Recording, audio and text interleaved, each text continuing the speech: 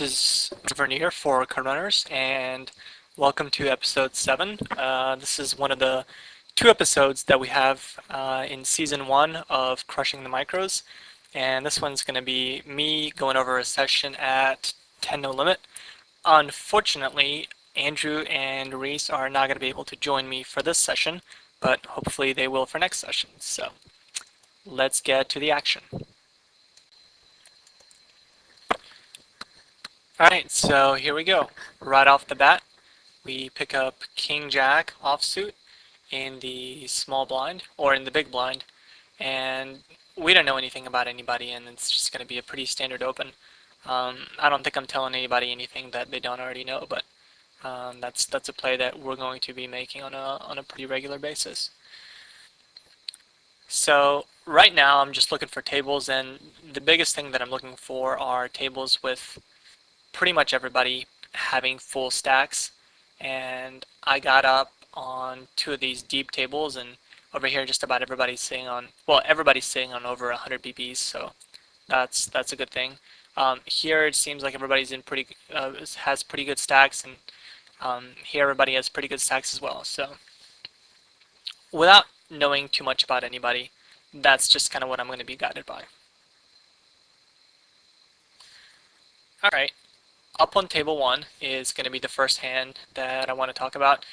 So 8-9 offsuit is just one of those hands that I could fold or I could raise either way, and I'm going to look at who's behind me in this case.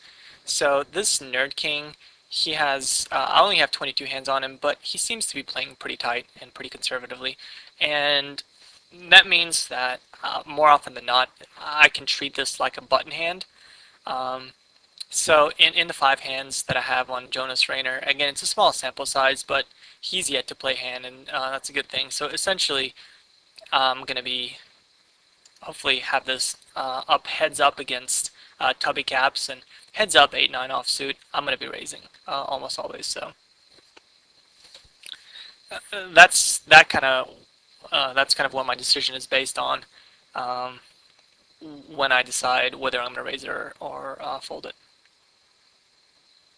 Alright, so here's a hand that comes up on table 2. We have Jack 9 offsuit in the small blind, and now I've got a decision. I can bet or I can check.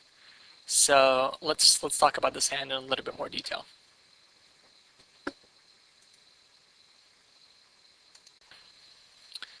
So here's the decision. So this is flop decision number 1 in an unraised spot.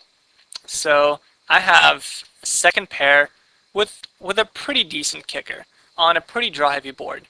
I've got a player who I'm fairly deep with, 20 big blinds who I'm going to have position on, who's already checked to me.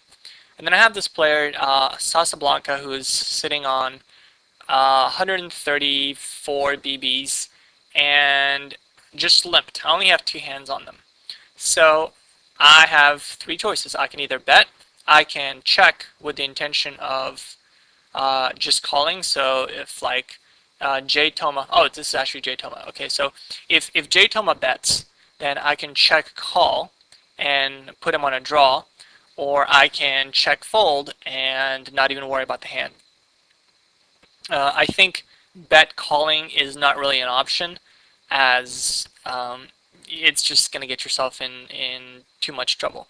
So here I'm going to go to something that Raptor has said in one of his videos, and one of the points he was making is there's no shame in making some hands easy to play, and even if it sacrifices a little bit of expected value. So going back to this, Jack 9 offsuit in this case, second pair, pretty much no kicker. It's going to be really, really, really hard to play for the rest of the hand. So even if I bet now and I'm called, there's going to be very few hands that I'm going to like on the turn. If any kind of diamond comes, a jack might not even be a very good hand too, or a very good card. So it's just going to be very difficult to play the hand for its remainder. So in this case, I'm just going to go the easy route, and I'm just going to not even worry about it. So I'm just going to go with the check fold here.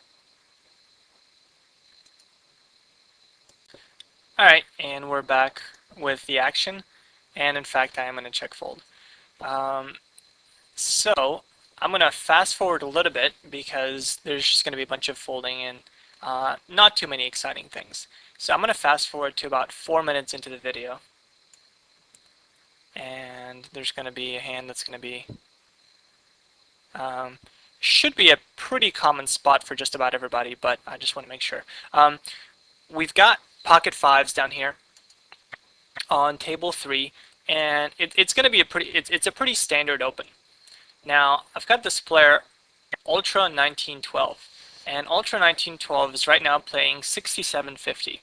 So he's playing 5743. So he's very much the bully type player, and he's 3-betting main position. So while he's only making it 55 more cents for me to go, and technically I have odds to set mine, set mining here against this kind of a player is just going to be very unprofitable.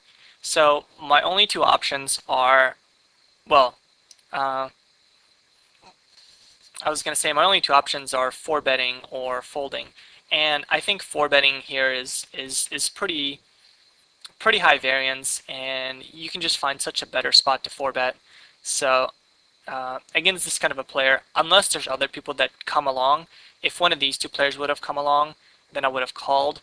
But heads up, it's just gonna be bad news for us. On the other hand, if Seifer would have done the same thing, it changes the situation completely, as he's playing super nitty, and I would have had position on him. So, all right, down here I flop a gutter. But more importantly, it's just such a good board for me to continuation bet. This hits my range so much harder than it could ever hit his. So this is a flop that you should be continuation betting 100% of the time. So yeah, even if he calls on this board, I would say the strongest, like he could have a set, but on a king jack spades board, it's just so much more likely that he has a flush draw, or I think the strongest hand he'll have there most of the time is a hand like king queen. He might flop to pair with king jack, but he might also call you just once with a hand like ace jack or something. So down here I flop a flush draw with two people. Now I'm going to play it pretty aggressively, so I'm going to pot it right off the bat, just to build a pot for when I hit my draw. And I do in fact hit my draw. This player, when I checked his stats, they're not showing up right now. But he's okay. So here we go. So he's playing 56-0. So he's like a pretty big tourist, except he's playing just even more hands than that. Now on the river, a 2 comes, which is a pretty innocuous card. I think if he had any kind of 2 pair or set, he would have raised me at some point in order to protect himself, especially on the turn. So I feel pretty confident about betting here. And I definitely need to bet for value, because a player who's playing 56-0 is going to be playing such a huge range of hands. So I'm going to bet here, and I want to bet an amount that he'll look me up with a hand like ace-5 or 5-6 or something. So these kind of a players, they're just not going to be folding much. So I bet pretty strong. I bet $1.55. In fact, now I think about it a little bit more, and I decide to make it a little bit more. I make it $1.75, and he folds. Down here with the 6-7 pre-flop, I just called because Ultra 1912 was in the big blind. So we have a pretty tight player opening, and there's a very good chance that Ultra's going to come along, and it's going to be a three-way pot with me having a suited connector in position. Now Michael's playing very nitty, and he's leading into this pot. So I was in the spot initially hoping that Ultra would come along, and now this is a flop that I certainly could bluff raise with a gutter, or I could float him on, but I choose not to do it in this case.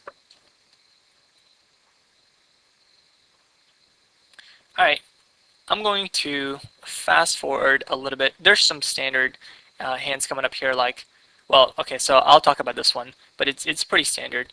We've got this player who's playing 56-0.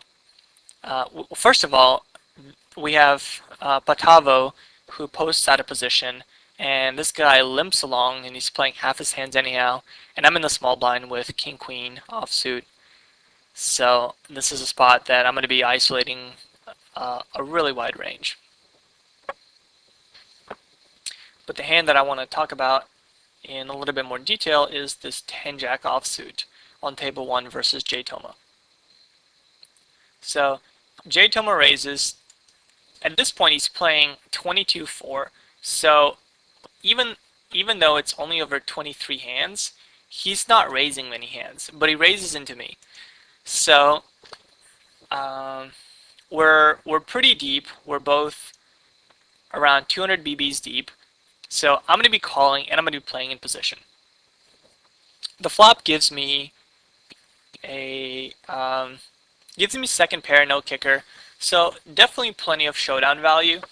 I think the only play you can really do, the only thing you can really do here is just call and evaluate later streets.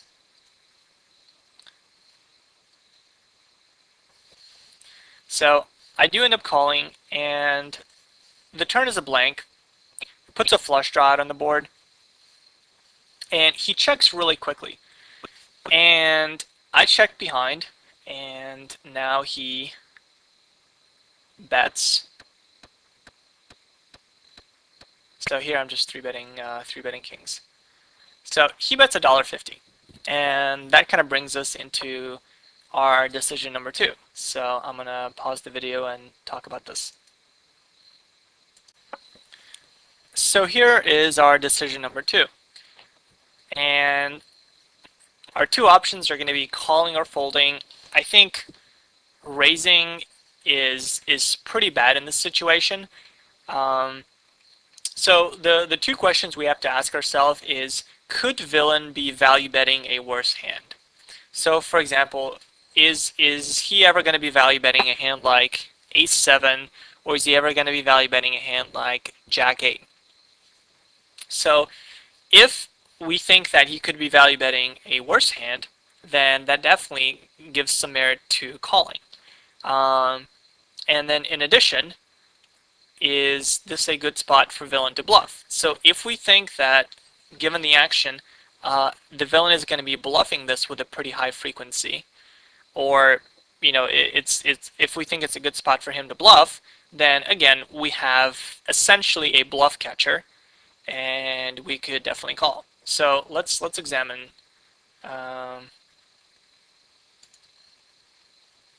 Well, first of all, could the villain be value betting here a worse hand? I think the kind of hands that he could have, hands like Ace-7, 7-8, etc. I don't think he's ever value betting worse. He could definitely be value betting hands like definitely any kind of king. He could value bet. He could value bet Ace-Jack. Maybe even Queen-Jack, hoping to get called by a weaker Jack. So I definitely don't think he could be value betting a worse hand. So let's figure out how often we think he's going to be bluffing here. So the first thing we want to think about is, what kind of hands did he check the turn with? So I think he checked the kind of hands that A, had showdown value and he wanted to pot control. For example, he could have done it with King-Queen, he could have done it with King-10, he could have done it with King-9, basically any king. He also could have done it with worse jacks. So something like Ace-Jack, Queen-Jack, which are now realizing that they're probably the best hand. So they're going to put in a value bet. And again, hoping to get called by a worse jack. So I think if he had he could also check the turn with all kinds of air hands. But I think if he was to check the turn with air and we check behind, I don't think he's ever value betting the river. So what does our hand look like to him? I think our hand is a marginal made hand which has some showdown value and thus check the turn. Which is why if we were just completely floating him, it's much more likely that we would have bet the turn and hoped to push out the air. But because we check behind, it just looks like we have a marginal mate hand. It looks like we have some kind of a jack, maybe even a weak king like king 9, king 10, etc. So I think if he's any kind of a reasonable player, he has a good idea of the kind of hands that we have, and yet he's still betting into us, and he's betting pretty big, close to pot.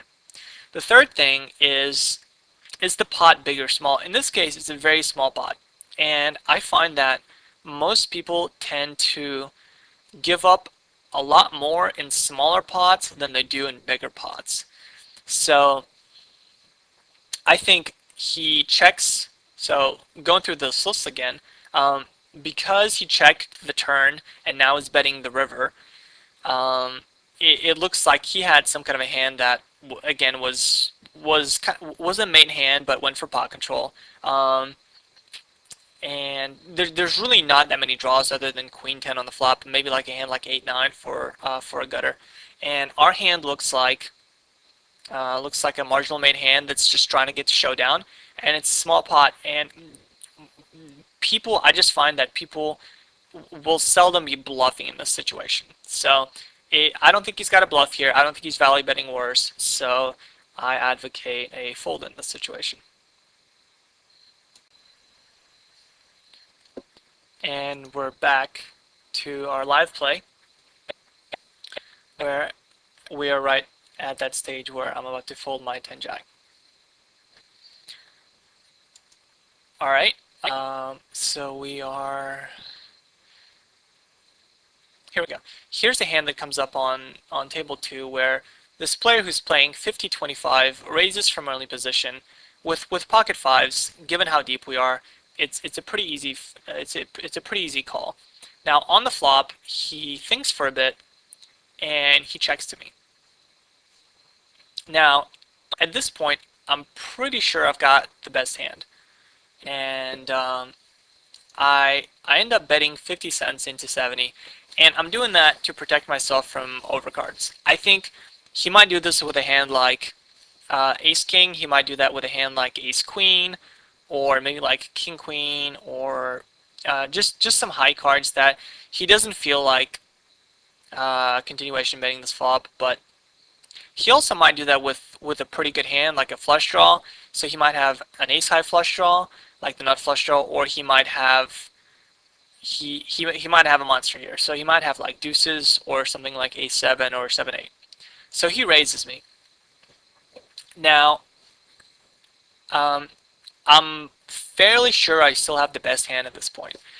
And I think given how deep we are and given the fact that I have position and that it's not that much more to me, I think calling here is the best option and just utilizing position. So I do end up calling, and the turn is an ace.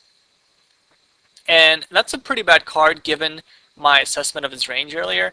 So I thought he might have like a ace high flush draw, which while he probably would have bet the flop, he might not. And he might also have a hand like ace queen, which decided to go for the goofy line of check raise in the flop because they just didn't know what else to do. So the pot is 285, and he bets $1.50. And now I'm going to be faced with I'm getting a pretty good price, but I think if the flop if the turn would have come anything lower than a queen, I would have called. But there's just so many aces that I put in his range for doing this with. I decide to just fold it. And even though his line is kind of a goofy line, I just fold it. And he actually ended up showing a bluff. He showed the king 10 of diamonds. I'm not sure why. There's a bit of a delay in the recording, but he did show the bluff, so I got owned pretty hard with the bluff. Alright, we're going to go forward a little bit to a table or to a hand on table 4. So, 1 second. Alright, so I'm in the big blind with Queen 3 offsuit, and it's our friend King Moon who's playing really, really loose limps, and this guy named Basic 5721 limps 2, and I flop top pair on a pretty drivey board. So here, Basic decides to pot it into two people, and I have a hand which, certainly could be best, but I think raising here is bad due to kicker issues, and I've got position, so might as well use position. King Moon folds, and the turn is an absolute blank. So all the draws miss, and he's still potting it into me. So I think if I had a better kicker, like even as weak as Queen 10, I think I would continue with this. But due to kicker issues, I just don't really like my hand. The other thing to notice too is he's a pretty passive player. I think a lot of draws would not continue aggression here because with bottom pair pairing, it's just it just kills so many draws, the equity goes down. So this player has an aggression factor of 0.2, and now he's potting it into me again. So I just don't think I'm good here, and I'm just gonna let it go on the turn. And I also think there's just not enough things that could come which would improve me to make it worthwhile. All right, so on table 3, Ultra 1912, who's playing our bully style, and we have Seifer, who's kind of the nitty old man 7-4 player. This is a great spot to squeeze with a actual hand. So I squeeze, and as expected, Ultra calls, and Seifer folds. And I'm actually surprised that Seifer folded because I would put a lot of pocket pairs in his range, and this is just a great spot. If you're going to be set mining, this is exactly what you should be doing, is set mining with your pairs in multi-way pots in position. So, but we do flop a overpair on a pretty drivey board. So this is going to be our third decision in how to proceed. Alright, pocket jacks as an overpair to the bully. So we have two options. We can either bet or check. And if we bet, the question is, what is our intention of the bet? So the intention, I would argue against this kind of a player, is to make them try to push us off our hand. So I think he's going to float us a lot on this kind of a board, and he's also going to be bluff raising us a lot on this kind of a board. So versus this loose, aggressive bully type player, we want to induce this. So sometimes this is a situation where I will check jam, and basically they'll often put me on a draw, or they'll put me on a hand like ace king, and if they have absolutely anything, they're just going to call it off. So by checking, I'm representing ace king, but I also think that this kind of a player, if you bet a little small, then they're going to perceive that as weakness too, and they're just going to jam over you. So now that we kind of decided that the intention of this bet is to induce, is to, what's the word? We want to sell weakness and thus induce a raise. We want to find out how much we should bet. So there's $3 in the pot. We have $8.85 behind any covers. So we want to bet. I think if we pot it, it shows too much strength. It shows a little bit too much attachment to the pot. So I like a bet of about half the pot, maybe a little bit more. So I think I'm going to end up betting something like 175 and hoping that he comes over the top.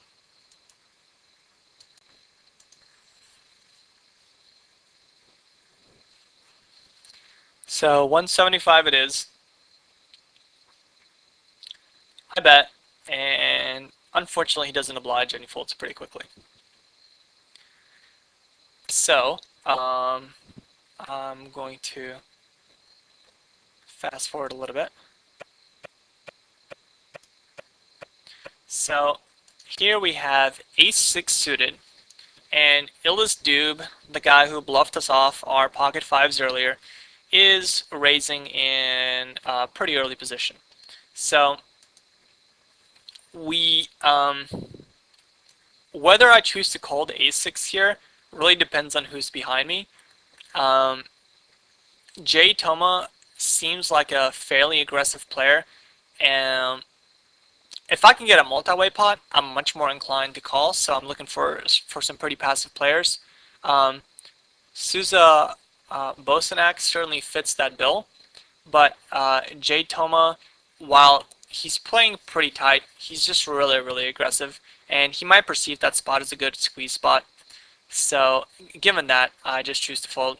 He does in fact squeeze, and Illis Doob comes over the top and makes it $3 straight. So looks like we got out of that one in time. It's actually kind of interesting what happens here. The pot is 570, so J Toma flat calls, and now he ends up betting almost pot. He bets $5 and gets min raised, essentially putting him an all in if he chooses to continue.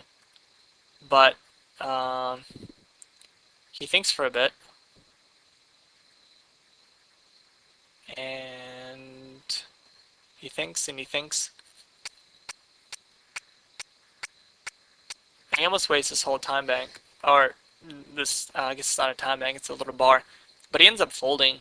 So it makes me think that he is just, I mean, I have no idea. Like, I don't think he ever has a jack here. So it's just a weird way for him to play the hand, and it's something that will factor into our decision a little bit later on. Because we're going to be involved in two more interesting pots with him.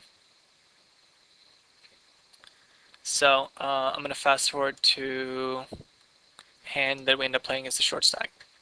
So down here we raise king queen offsuit, and king moon surprisingly ends up folding, and the short stack calls, and we've got pretty much the nuts. So he pots it into us, and the decision is whether we raise it or whether we choose to slow play it and just flat call. So when making that decision, I think stack sizes are important, player tendencies are important, and board texture is very important. Here, we're just not afraid of any draws. We're not afraid of any kind of draws. And there's just so many times he's going to be straight bluffing here that given his stack size, I think raising has no merit. We're not afraid of any card. I actually debate min raising here, but I just choose to flat call. The turn doesn't complete any draws, and he's got 355. He bets 225, so he bets essentially pot, leaving himself with hardly anything. And at this point, I think shoving is fine because he just has great pot odds, and he's got a jack and a 4 draw and does not get there, and we take it down. At this point, the table number 3, our big target, our bully, is gone. He was like borderline. Yeah, he was just really aggressive, so he would definitely be a bully type. We have this nitty old man Seifer up here, and then we have a professional short stacker at 10 no limit. And I would have never thought these guys exist, but they do. So the reason why I think he's a professional short stacker is because he's got this Iron Man chip, which means he must put in a crap load of hands, short stacking 10 no limit on full tilt, which, I mean, it has to kill you on the inside to do it, I think. But he's he's just a horrendous person to have on my left.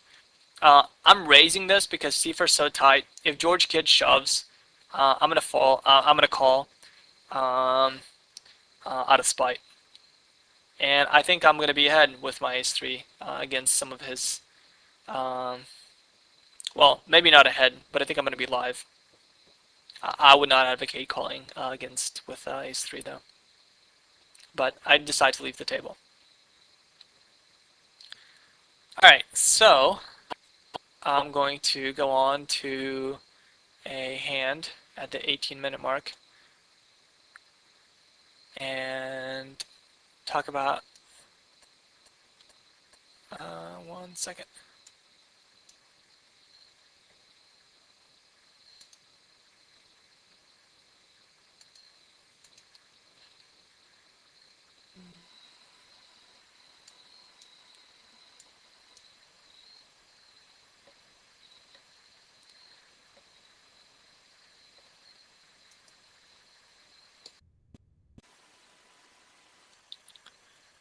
Okay, so the first hand that we're going to talk about here is this Queen 9. Um, the Queen 9 could either be a raise or a fold, but with the button being pretty tight and J-Tome, while he's capable of squeezing, um, we know that I think I'm going to be able to go heads up with him more often than not, and I'm going to be able to steal the blinds more often than not. So we've got the person in the small blind who's a fairly kind of a touristy type, very passive for one, semi-loose but passive, and then we have this solid, seemingly solid card runners type member on the button, and then J Tome in the big blind. So basically, I'm raising this with the intention of going heads up to the flop versus J Tome if in fact he does choose to call. So when the button calls, that kind of already throws a kink into my plan. And on this kind of a flop, I think that I'm gonna get floated on or floated and called by just a really wide range. So my initial plan was to go heads up to the flop. Now when that's not the case, I'm just planning on check folding. And once he bets into two people like that, I just feel comfortable folding. Down here on table 3, there's two people that limp ahead of me, and I just choose to limp 8-5 suited on the button. It's like 10 cents to play.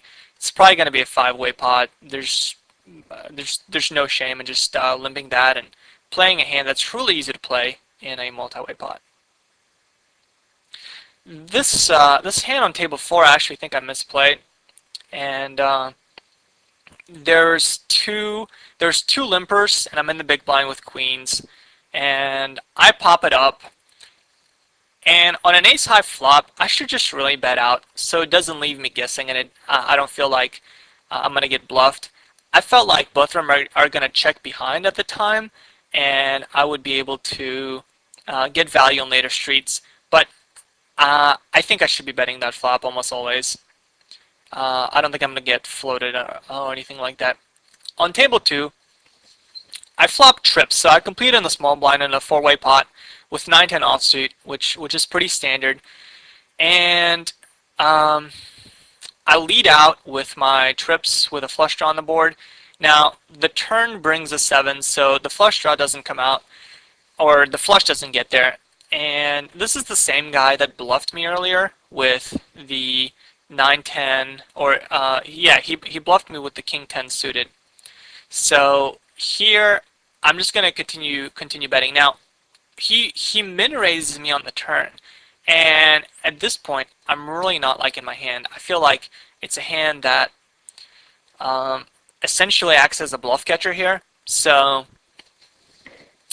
there's so many stronger 9s in his range, and I don't think he's ever. I mean, he could be doing this with a 7, just like a reverse blocker raise, and he could be he could decide to turn his flush into kind of a bluff, or flush draw into a bluff. But I feel like there's so many more made hands in his range here than bluffs that I think 3-betting this flop is just going to be really bad. I think you're going to get owned very often. So given all that, I think calling and proceeding with caution is probably the best idea.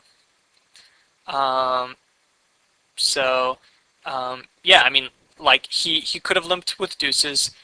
I think the weakest nines he limps with, he could limp with a hand like 9-5, and he could limp with a hand like 9-8, and I am ahead of those hands, but just, given everything else, he, I don't think he would min raise in position there as a bluff. So it's just a situation where I'm basically calling and trying to get to a pretty cheap showdown.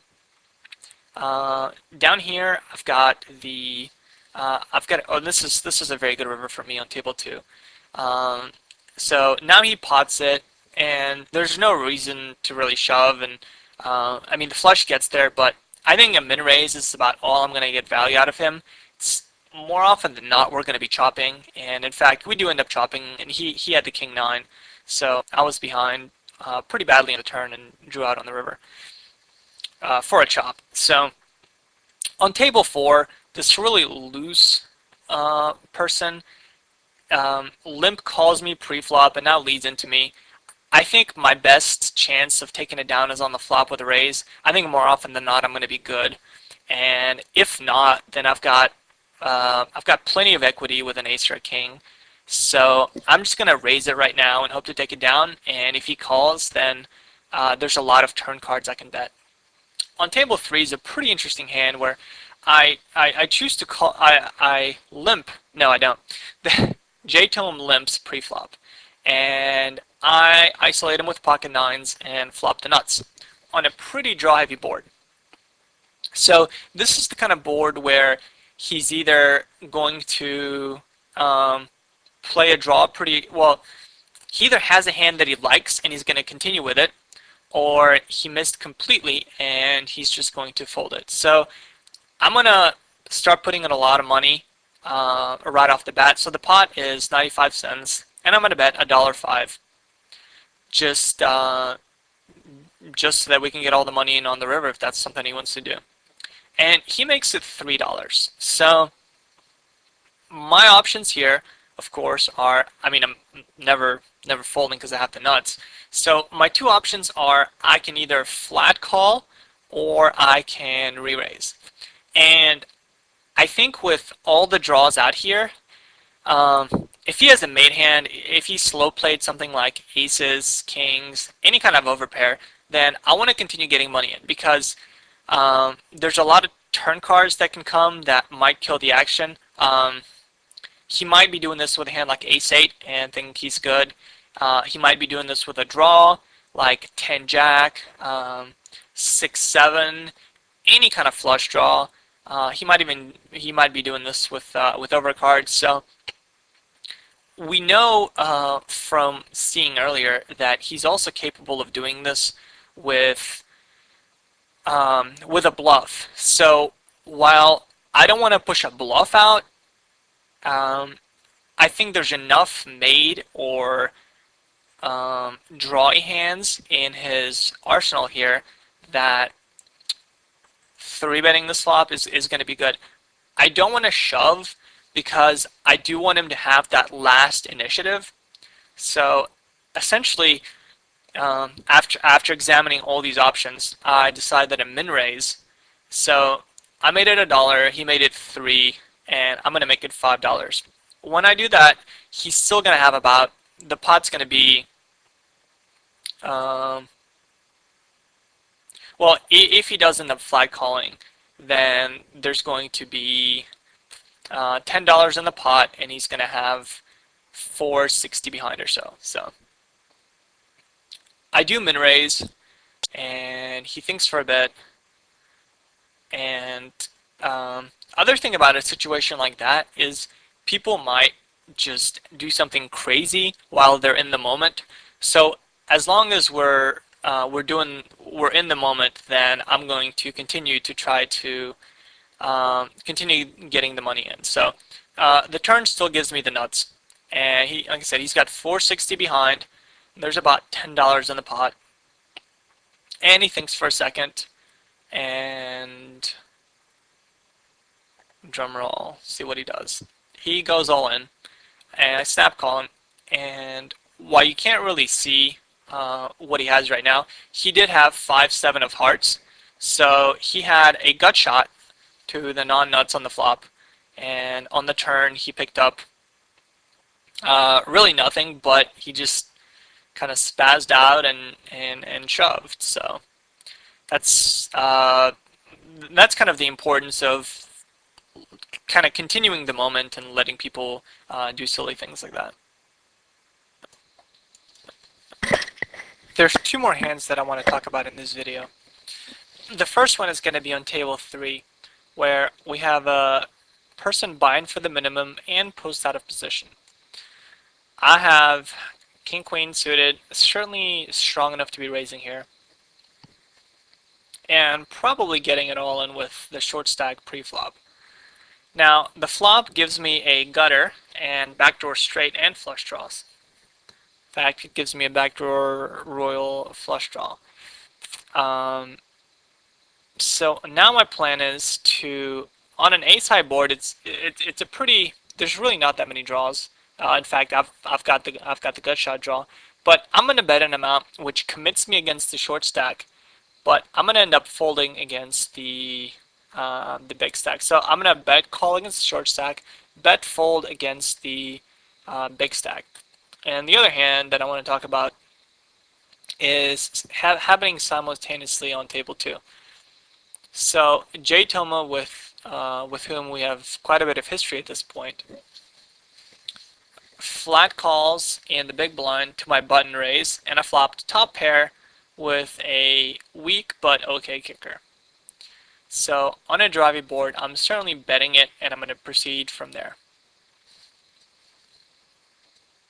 So on table 1, or on table 3, both players call. And at this point, I still have my gut shot. Now I have a flush draw as well.